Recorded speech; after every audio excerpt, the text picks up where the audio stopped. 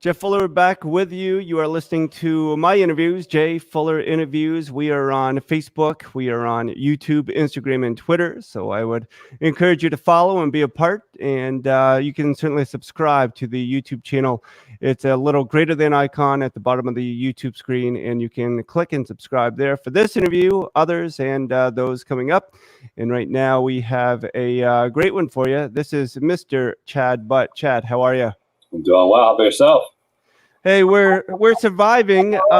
You brought up a point about a foot injury, not being able to play sports, and I just wanted to know, how have you been able to cope regarding your mental health with that taking place? Has that been hard? Kids help. Having two little ones at home definitely, limits how much I was getting out to play basketball anyway.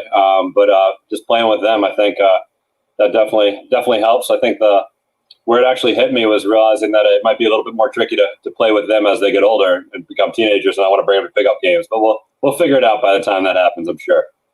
Yeah, I know a lot of athletic directors are concerned about what this might mean, no sports for some students. Can you just share, from your opinion, how important are mentors, especially for kids during this time? Yeah, I really feel like during this time, having the ability to lean on the relationships you have is hugely important for youth, and for all of us. I mean, I think for me personally, realizing the relationships I've developed over the years and reconnecting with old friends has been a great way to maintain my mental health and sort of weather the storm here. And I think for young people, they have less of those relationships because they're just younger. And so having a mentor, having that caring, consistent adult to lean on during this time is of huge importance. I think the other aspect too is that for most youth, there aren't other adults in their life outside their immediate family that are reaching out to them. And teachers and school staff are definitely doing that, and not to discredit what they're doing, but having someone who's not paid to actually talk to you, reach out and say, hey, how's it going? I care for you. Let's discuss how things are, and just even just play games online or pen pal or whatever it ends up being in terms of what the kid can do. I think really just has a huge impact, and we're hearing that from youth. We're about to actually launch a survey to hear from youth directly around how mentoring has impacted their life during COVID. And I'm curious to see what the results come back to say. Chad, could you just talk a little bit through the change from Mobius into Mentor Vermont? Yeah. So Mentor Vermont, formerly known as Mobius, we were Mobius from 2003 to 2017, I think 2018. I think 2018. We changed to Mentor Vermont when we became more and more connected with Mentor National, and what you're seeing is Mentor National's logo there, which is now Mentor's logo, and we are an affiliate of Mentor, even though we're an independent nonprofit. And so we really felt like it was an opportunity for us to rebrand as we went statewide in 2013, just from serving Chittenden County as Mobius. Felt like folks around the state and the research we did around branding showed that people weren't really sure what Mobius was just based on the name. And so we thought it was a great opportunity to really just say what we do and where we do it, and have a new logo along with it that is the shared logo with other Mentor affiliates around the country. And so if you see advertisements during NBA games, on LinkedIn, other national-wide marketing campaigns that Mentor National can put on with their larger partners, it's us as well. So definitely we lean on that brand. That's really good. Hey, back up a little bit. Where did you grow up? So I grew up just in north of New York City in Westchester County, in a town called Dobbs Ferry. It was a small town, but in terms of New York standards, small town. And then made my way up to Vermont over the years. Went to college at Dartmouth and sort of fell in love with the area and wanted to come back up and stay in this area. So it's been a transition north, and definitely loving where I'm living and raising a family up here in Vermont. And my folks actually have moved up here, and so that's helped with kids. And my sister just actually moved from the West Coast to live in Burlington as well. So we got the whole family together now in Vermont. Everybody sort of followed. Well, I'd like to say followed me, but I think they followed my children. So when did you discover you wanted to be a part of Mobius or Mentor Vermont now? Yeah. So in college, I was involved in a few mentoring programs. I was involved in one mentoring program freshman year that paired up college students with learning differences with middle schoolers with learning differences, and just sort of giving them that caring support, but also saying, hey, like, you got to figure out coping mechanisms to figure out how you learn best and what you bring to the learning environment and how to make it work. And had that mentoring relationship. Ended up getting involved in an organization called the Dream Program as well, which was founded at Dartmouth with college students working with children from affordable housing communities in the local area and bringing them back to the college campus. And so I just sort of dove right into mentoring freshman year at college. Ended up getting certified to teach secondary education and earth science. So sort of was in that teacher working with youth realm, and decided after college, actually had a few different potential job opportunities. One was a job opening that I was thinking about applying for down at Hanover Middle School, teaching earth science, where I student taught, which was an interesting opportunity, but felt the need to get out of the Upper Valley. The other one was actually tutoring Bruce Springsteen's children. It was a Dartmouth connection, and one of my professors just one time emailed me and saying, how would you like the boss to be your boss? And so I ended up not getting that job. I think all for the better. It would have been definitely a different life going into that and living in New Jersey in this compound there and tutoring his children. And the job I ended up taking was actually a year of AmeriCorps with the Dream Program. So I started off as an AmeriCorps member and then became the program director and stayed in mentoring. I mean, with Dream for about 10 years. Ended up moving down to Boston to start up the first regional office in Roxbury, and really enjoyed my time there and learned a lot. Met my wife down there, but felt there was a need to come back up to Vermont to start a family, and really wanted to get back to sort of the pace of life of Vermont and working with youth up here. So there's an opportunity to take Mobius at the time statewide, and they were looking for an executive director, and I threw my hat in the ring, and luckily folks felt like I'd be a good fit for the position. So it's been sort of the trajectory of mentoring throughout my life, throughout college, and on from there. So it's been my professional career. Well, you've been a great fit, and just excited for everything you've done. I'm getting some feedback. Apologies about that. Who mentored you, or did no one mentor you, and you just know there's such a need, that's why you got involved? Yeah. I think I've had a bunch of mentors through my life. A lot of them were around teachers. I mentioned just having a learning difference growing up and trying to figure out how school worked for me. And my second grade teacher probably was a huge impact on me with that, and really just took me underneath their wing and helped me figure out that, I learned in different ways, but I had my own strengths, and I developed coping mechanisms to help me figure out how to succeed in school. And she just was a huge impact on that aspect of my life. I was lucky enough that she moved on to fifth grade after I had her, and I had her again in fifth grade. So having the most influential teacher in my life twice in elementary school definitely helped. And then beyond that, it was just teachers and coaches. Sports definitely played a role in teaching me a lot about how to manage time, how to motivate myself, how to grow. And so those aspects, and I had the privilege of having two really supportive parents that were both in education, that are still supporting me now, as evident from them being, working with my kids and helping me with childcare and living in the town and moving up here as I got older. So I think that really played that role for me, was having those connections that I was lucky enough to have them through structure that was already in place, either be it family or school.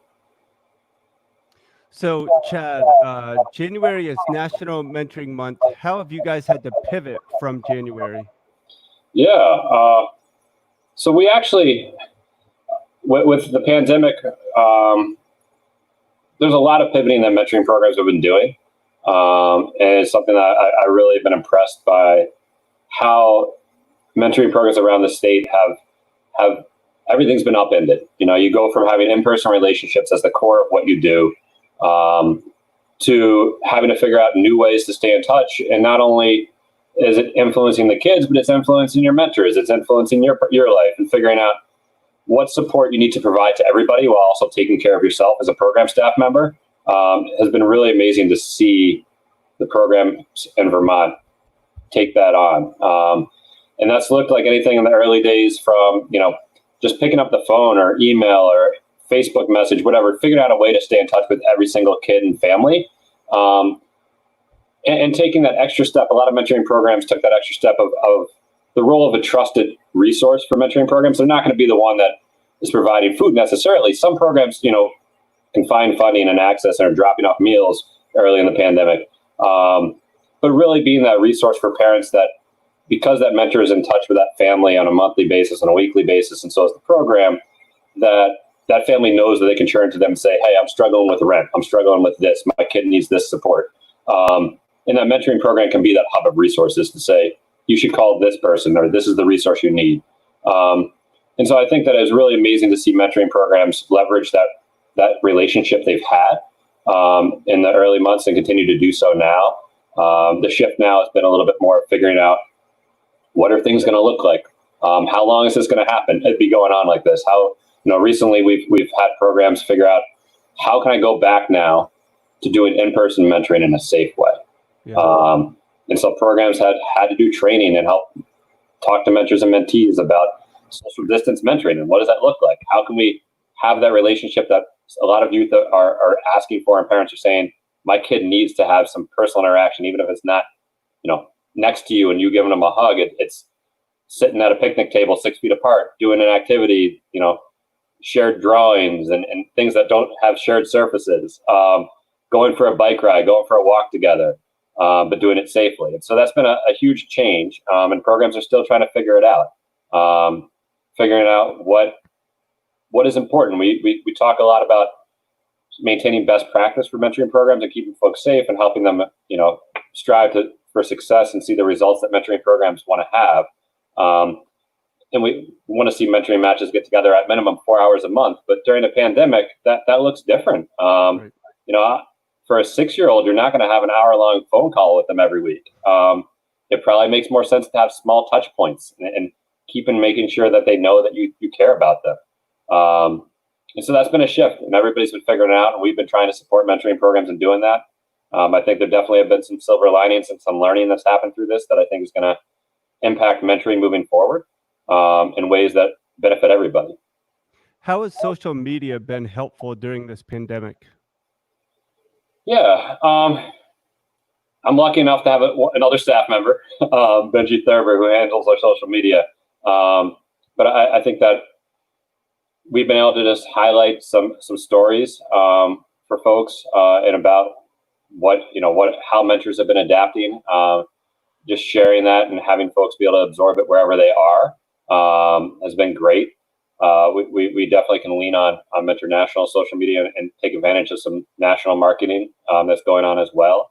But I think it's allowing Mentor Vermont to just share what we feel is important to us right now and important to the youth and the families that mentoring programs are serving. You just have that platform has been great, and seeing people engage in that way. We've taken some direct, we changed up our approach with how we've been reaching out to programs and sort of how we support them as well. We went from a monthly newsletter and occasionally reaching out to people as a group, but mostly one-on-one contact, to sending out weekly program support emails, holding weekly video calls where everybody gets together. And we've gotten to know mentoring program coordinators from across the state have gotten to know each other in ways they never had, because they're hopping on a call every Monday and talking about, what are you doing in your area of the state? How can we support? How can we share resources? And I think that's one of the amazing things about the mentoring field is that we all are in it for the same reason. And everybody wants to figure out how we can support one another. And I think that's been a huge, that attitude going into this has really helped and maintained it. Yeah, that's excellent. Hey, what are a couple of stories that always come to mind when you talk about mentoring? I think I usually turn to my personal stories about mentoring relationships that I've had the privilege of being a mentor in. When I started working at Dream, there was I think it must have been 13 or so, teenager, and he had just moved out of the community that was that he was in the program with, but he sort of just stayed in touch with the office and decided that I was going to be his mentor. I didn't ask him. He just was like, let's hang out. And I said, okay, sure, let's do this. he's 20, what is he, 27 now? I probably got his age wrong. He's 26, 27. Maybe he's older now. Maybe I'm just not wanting to admit it because that means I'm older. But we hung out all the time. He just became part of my life, and I really enjoyed getting to know him and his family. I moved to Boston, and that's when the relationship sort of flipped from me reaching out to him reaching out to me, which was an amazing time where that mentoring relationship just turns into a lifelong friendship. And he would call me up and say, or email me being like, I'm coming through Boston to go see the girl he's dating at the time down in Pennsylvania, and I'm taking a bus down from Burlington. You want to hang out? And I'd say yes, and they'd be like, oh, by the way, the bus gets in at 6 a.m. And I have half an hour, so I'd bike over to the bus station and grab breakfast real quick with him or something. So that is, I mean, that's one of the mentoring relationships that I look at and feel very privileged to have had that relationship over the years and grown with him. When I moved back to Vermont, we kept in touch, obviously, and we continued to meet. And our relationship evolved as he, got a full-time job and was trying to figure out rent and credit card debt and things like that. After doing a handful of meetings along those lines, when I got back, we sort of threw out the idea of, I think he may have thrown it out of, or maybe I did, I can't remember. I think he likes to take credit for it, but why don't we mentor someone together? Yeah. So we started mentoring an 8th grader together through King Street Center. And it's been a lot of fun. And so now our mentees are going into junior year of high school. And it's been amazing to co-mentor with my mentee and tell stories about how our relationships developed so that our mentee can sort of see that this is something that we're planning on sticking with him and supporting him as he needs. And our relationship's already changed, and definitely with the pandemic has changed as well. Yeah, that's phenomenal. What a great story that is. Hey, so the elephant in the room, I was a director of mentoring for 9 years. Due to changes that we did, the mentoring organization I was a part of for 9 years is no longer in existence. Can you just talk about mentoring groups that really work hard, are diligent, but for whatever reason don't make it, and the effect, negative mostly, that it has on the students that miss out on mentoring? Yeah. I mean, one of the key things when we're working with programs at any point is just trying to share that closure. Like, relationships end at some point. And making sure that closure is done well, so that youth can look back at the experience they had positively, and not feel like they were let down. And so, when programs do have to close, which happens, we try to strive to make sure that is a huge focus of every program, especially programs that close. In general, that there's not enough mentoring going on in the state, both in terms of coverage area. So there's communities that aren't getting served, and the communities that are getting served, they're underserved. Even in Chittenden County, you have more youth that want to get involved than can, just because we need more volunteers. But even if everybody signed up to be a mentor tomorrow, programs don't have the funding and necessary resources to support them all. And I think that's something that I want to highlight, is that mentoring isn't free. There's a lot of work and effort that goes behind formal mentoring. I think there's amazing natural mentoring that goes on in communities throughout the state. But I think when you're talking about formal mentoring programs like yours was, Jeff, that program coordinator needs to be paid to do the work, and it's tough work, and they're not compensated appropriately. There's burnout in the field as well. And because everybody wants to do everything they can for the kids, we often see coordinators underpaying themselves so that more money can go elsewhere, or working more hours than they're actually getting paid for, which leads to that burnout. So I think that in terms of going back to the original question of just kids missing out, I think that the research shows that 1 in 3 youth in the country are going to grow up without either a formal mentor, like your program, like a Big Brothers Big Sisters, like the Dream program I was involved in, or an informal mentor, like my 2nd grade teacher, my basketball coach. So they're growing up without, 1 in 3 are growing up without any adult they can lean on besides their immediate family. And that, I wouldn't be where I am now without mentors. And I think for folks listening, thinking about the relationships you had, and if you didn't have any of those outside of your immediate family, where would you be? And how would your life been different? And how how much harder would growing up and figuring out things without that support be? And I think that's the challenge for youth, that as mentoring programs do close, and they need to.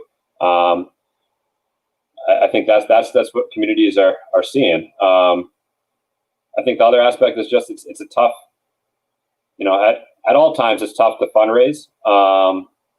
And I think that the mentoring field has seen a shift over the years in funding and resources. And I think there's people that are dedicated to it and supportive. The state of Vermont provides money through DCF for us to give out money through our grants. The A.D. Henderson Foundation has been a huge support of ours. The Permanent Fund, which is now Let's Grow Kids, they were a founding member of getting us going. But there's been a shift in the funding landscape in many different ways. But also, as the pandemic hits, there needs to be a shift in focus. Yeah. And I think that's an appropriate shift. I hope that folks see mentoring. We're not providing food and shelter, but I think we're as we approach the idea of youth recovering and sort of being resilient, I think mentoring and relationships play a huge role in that.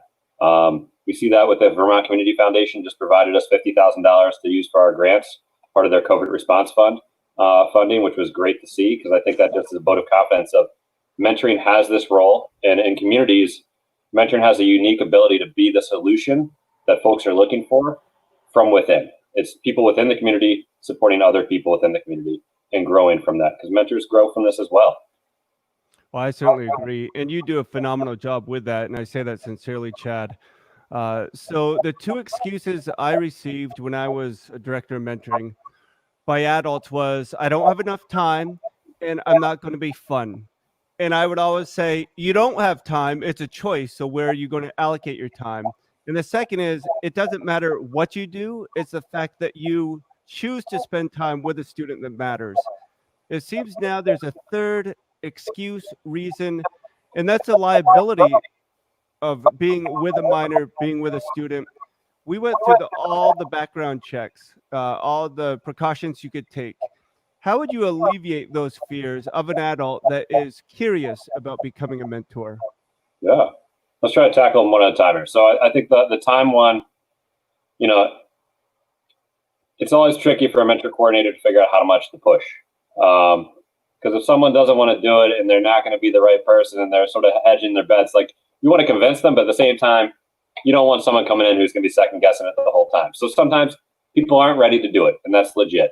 And there's other ways, and I think coordinators often will pull other ways of, like, great, we're looking for board members, or we're looking for donors, or how else can you connect? What are the resources? You own a business. Great. Can you give us a discount for our matches to go? So I think in terms of time, I would love for Mentor Vermont, as we have ability with more staff down the road here, to really start working with businesses to talk about, can you give 1 hour paid off a week to do this? I mean, that's the reason I can mentor right now, is because Mentor Vermont provides me an hour of paid time every week to mentor. And so I utilize some of that time, and I utilize a little bit of my personal time.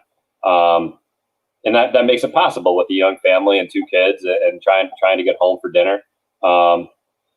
The mentor coordinators are going to find what works for you with your schedule. I mean, there's different models out there. You can take your lunch break with a kid and mentor in a lot of places. So there's ways to find the flexibility. I usually, shy away from did you watch 1 hour of TV that you probably didn't need to last week? Because that gets a little harsh probably. But I mean, I think it's true what you said. There's time. You can find it. It's a choice. In terms of, I'm not fun, similar. You got to find the right people for the right kid. But I think the mentor coordinators, there's all different types of kids. And there may be a kid out there saying, I'm not fun, but helping them figure out what they actually enjoy doing, because everybody has their own interests. Yeah. And so that's where the mentor coordinator role plays. And mentor coordinators are so amazing at that, is figuring out, how am I going to find the kid that's right for you? And for that kid, how am I going to find the right mentor? And so you never know. And there's a time of learning together and training and making sure it's going to be a good fit. So you're not just getting, Jeff, you weren't saying, great, yeah, you're going to be fine. Here, go hang out with this kid over there. I'll see you in a couple months and we'll talk about it. Like, there's a lot of support behind it in that mentor coordinator role to make sure it's going to be a good experience. Maybe the kid needs help academically. Maybe, maybe they need just someone to talk to and grab hot chocolate with. There's going to be finding ways that actually end up being engaging and supportive, and you may consider them fun. Maybe the kids considers them fun. So I think that's an aspect. I mean, I naturally think of mentoring as fun and engaging and allowing you to be a big kid yourself and go sledding and do things like that. That's not everybody's, desire to do on a random Wednesday, but so it works for everybody if they're willing to take that leap and figure it out. In terms of liability, I mean, yeah, it is a little bit of you're taking a calculated consideration that you want to be involved in another person's life. Yeah. I would say that the leap of faith really, more so than a mentor, comes from the families, comes from the parents, saying, okay, I trust this program that they're going to do their due diligence and support my kid, matching them with some stranger. I have no idea who they are. And that's, I mean, especially right now during a pandemic, that's a huge amount of faith they're putting in our organization. And so I think that I always want to make sure that mentoring programs are thanking the families for being involved, because that's how the organization, that's how mentoring runs. And they're the first ones making that leap of faith. So, yeah, I mean, the background checks, there's best practice around national and state background checks and driver checks and everything to make sure people are safe. But there also is just initial training and matching and support that is ongoing. In terms of with COVID, I mean, we're also, no program out there is telling you got to do something you're uncomfortable with. Programs out there are offering a suite of different possibilities from, yeah, you want to be in person with a kid. Great. We're going to give you masks and you can do this activity outside and the kid understands, what social distancing is and the family's on board, to, you're going to be texting back and forth. I had to learn how to use Snapchat, which is not the best way to talk to mentoring because it deletes everything after and you can't remember what plans you made. But, figuring out how to text back and forth, or there's programs out there that are doing, they're doing pen pals. And I think people might look at it and say, oh, you're just writing back and forth with a kid. But I mean, ultimately, sometimes it's just you writing to the kid and you never hear back. But I think even that, I mean, thinking about when you're 7 or 6, and how often did you go to the mailbox and the mail was for you? Yeah. I think that I'm reaching out, I care about you, that message getting to a child at any point, but especially now, is so important. Oh, that's phenomenal. 2 quick questions, and then we'll get you out. The first is, if you were playing in a movie, would you want to be the hero or the villain? Oh. This is like interview questions I used to ask people. I like it. Let's see. I've never had that one, Jeff. I mean, I think I'd like to be the hero, unless there's some weird plot twist here that turns me into both. But I mean, I feel like with mentoring, we're looking at heroes. We're looking at folks that are trying to be impactful and making a difference and helping others. At the same time, gaining a lot themselves. So I'm gonna go hero with that one, Jeff. There you go. I always say, because I'm a pastor, and maybe it's bad, but and it's fiction. So in a movie, I'd want to play the villain. I think I'd be the villain. All right. So Hernando Planos, he's a big basketball guy. He asked this question at the end of his podcast.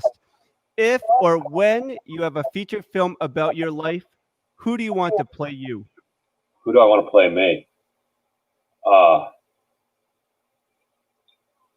Well, I think I'm just thinking I have a 1.5-year-old boy upstairs who's hopefully napping right now.